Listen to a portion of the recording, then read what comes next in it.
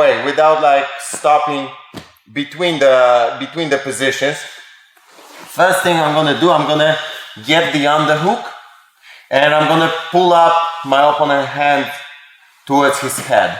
To do that, I'm gonna go like this. So I'm making like a spider with my fingers on the mat. So step by step, I'm able to bring his arm up.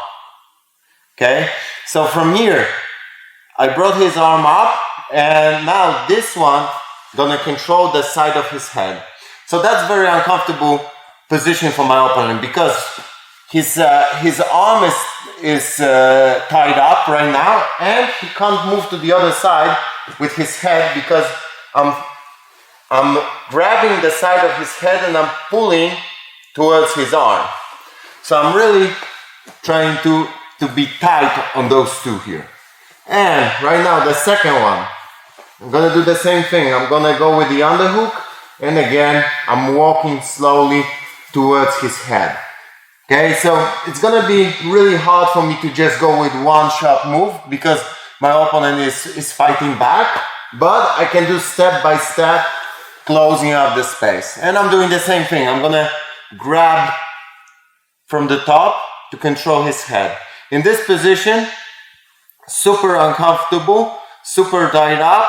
You got the opening to S mount. So right now I'm going up really high, going to the side, heavy on my heel, circle move to go to S mount, and then I'm free to distribute my weight and to work with the submissions.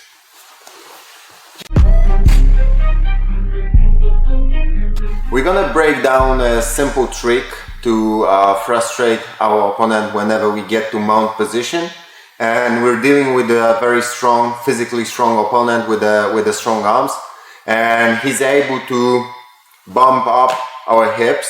Okay, so in this case, whenever I feel like he's super strong, his arms are super strong, I got in my head that we need to tire him up a little bit. We need to make him exhausted. And I'm not gonna go strength against strength. I'm gonna try to avoid my opponent's strength actually. Okay, so let's see that. So whenever I get to mount position and I'm trying to stay heavy with my hips, but my opponent can get with his hands on my both hip bones, and he's able to lift me up a little bit. So go. Whenever he does that, if I'm gonna stay here, there's a great danger that he's gonna come inside with his legs and he's gonna recompose the guard, right? So I'm not trying to stay there. I'm not trying to even like fight with my hips against his arms, because if his arms are already straight, it's gonna be hard to break those.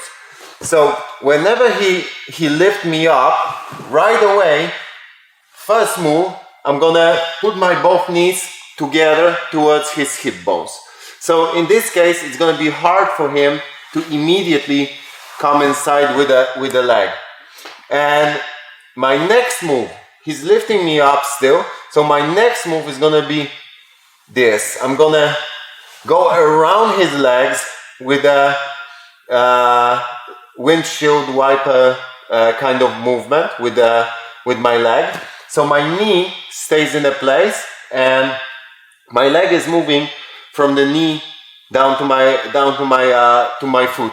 So I'm going with a round move around his legs, around his hips, and I'm gonna land in a knee on belly position. So in this case, his arms can't really work against my hips, right? So he can't really push my hips anymore the same way he did. So from here, I can drop to the side control, okay? Or sometimes when I feel like my opponent arms are going more towards my for example, knee, okay, or more towards my arm, framing up, I'm trying to push the mount again and then I'm gonna stay heavy with my hips, so it's gonna be hard for my opponent to get to those hips again. Okay, so I can go like even lower, so it's gonna be hard for him to place the hands in the right place. So once again, here, first, knees together, so he can't stick his leg in, and then circle motion around his legs, knee on belly. I'm gonna get to his head, and I'm gonna slide down towards the side control. If I can feel there's an opening because my opponent is not fighting with my hips anymore, he's fighting with the knee on belly, trying to like push my leg down, trying to work against my arm to frame, so I'm not gonna be able to get to his head. Then I'm going more towards the mount again. Whenever I get to mount, I'm not gonna let my opponent place his hands on my hip bones again. So when I get to mount, I'm going really low, staying heavy, both hooks underneath my opponent's shins. Let's change the angle. So we're here, he's pushing me up, knees together, hands on the mat, so I'm having a good base. Going around, I can go to the side control if he's not framing against my arm. And if he starts framing against my arm, I can push to the mount again. And now I'm gonna stay low, put both hooks under his shins. And now it's gonna be really hard for my opponent to get to my hip bones and to push me up again.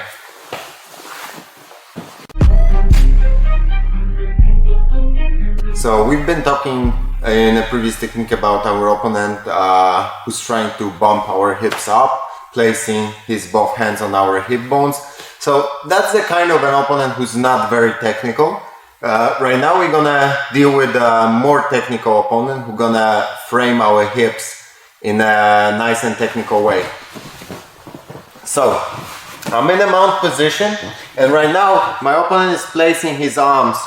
One arm is going through my thigh, and the other one is going through my body. Okay, so that's a nice frame for my hips.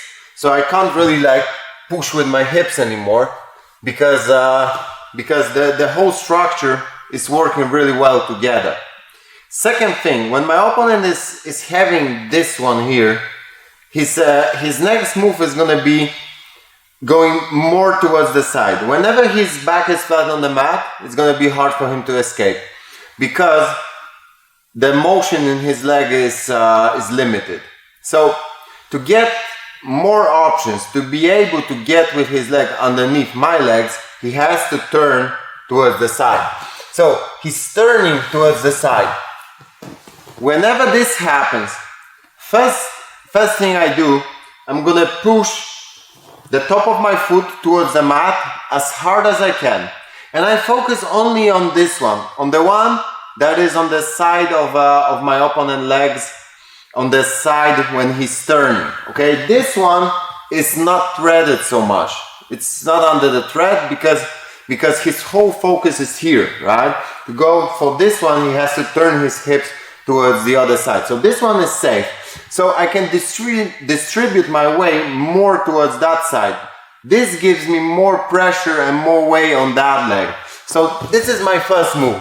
So he can't really go underneath my leg in the first move. But whenever we're gonna stay in this position for longer, he can start slowly working to get underneath and to bring my leg inside. Okay, so that was my first reaction. I push my leg towards the mat and I distribute a bit more weight towards that side. Second thing, I'm gonna grab his tricep, okay, and I'm gonna push his hand towards my hip, my other hip, okay? So his goal is to stay with his elbow on this hip, okay, and his hand on that one. In this case, he's controlling both hips. My goal is to bring his elbow, actually to make his elbow cross the central line of my body. Whenever his elbow crosses the central line of my body, it means that I can trap his arm, okay? So I'm gonna push his arm, and when I feel like his elbow crossed the central line of my body, I'm gonna bring my chest towards his tricep, so he can't really go back anymore, okay? If I'm gonna stay with my arm here, he can fight back and he can recompose. But if I'm gonna push with my chest, it's impossible for him to come back, okay? So that's the first thing. I'm gonna trap his arm. Now another thing, I'm gonna bring my foot up so he can't really go underneath my leg anymore, okay? Because still he can dig underneath here even though I trap his arm. So my next move is gonna be this. I'm gonna bring my leg towards his hips. And right now we're in a very good position for transitioning towards the back and also for submission, because right now I can trap my opponent's arm and neck together, which gives us arm triangles and Ezekiel chokes possibilities. And also I can trap the arm a little bit more, so I'm going with the bottom arm towards his wrist, and I can trap the arm a little bit more to get to his back. So now we're gonna make like a transition towards his back. The simple one, the most simple one. So most of the time when I'm having my opponent here tied up and he has no options to escape, then he can try to use the timing to escape. Whenever I try to get to his back, whenever I'm going with this arm underneath and grabbing my other arm for like a Kimura grip, and I'm trying to get to his back, he can explode and turn towards me here. Okay, so I have to be aware of that sometimes he's gonna work for this kind of a counter, okay? So to avoid that, I need to stay tight. So first of all, my chest is on his shoulder, so it's gonna be hard for him to go towards me. In the first move, in the first stage, I'm afraid that he's gonna turn towards me. So I'm always trapping his shoulder, so he's not able to put his back on the mat, okay? Now second move, I'm gonna let go the Kimura grip, and instead of that, I'm gonna grab the elbow with the C grip. And now I'm gonna use this one to push his elbow towards the mat. Okay, so right now my opponent is really like tied up, and it's gonna be really hard for him to escape and to face me again. Okay, and in this case, when I have my opponent tied up, I'm using the other arm to like make it even tighter, so his elbow is really like pushing towards the mat. Right now I'm able to roll backward to put my back on the mat and to get to his back. So from here I'm gonna pull my opponent, and look, after I pull, I use the hook on his hip. Okay, so my whole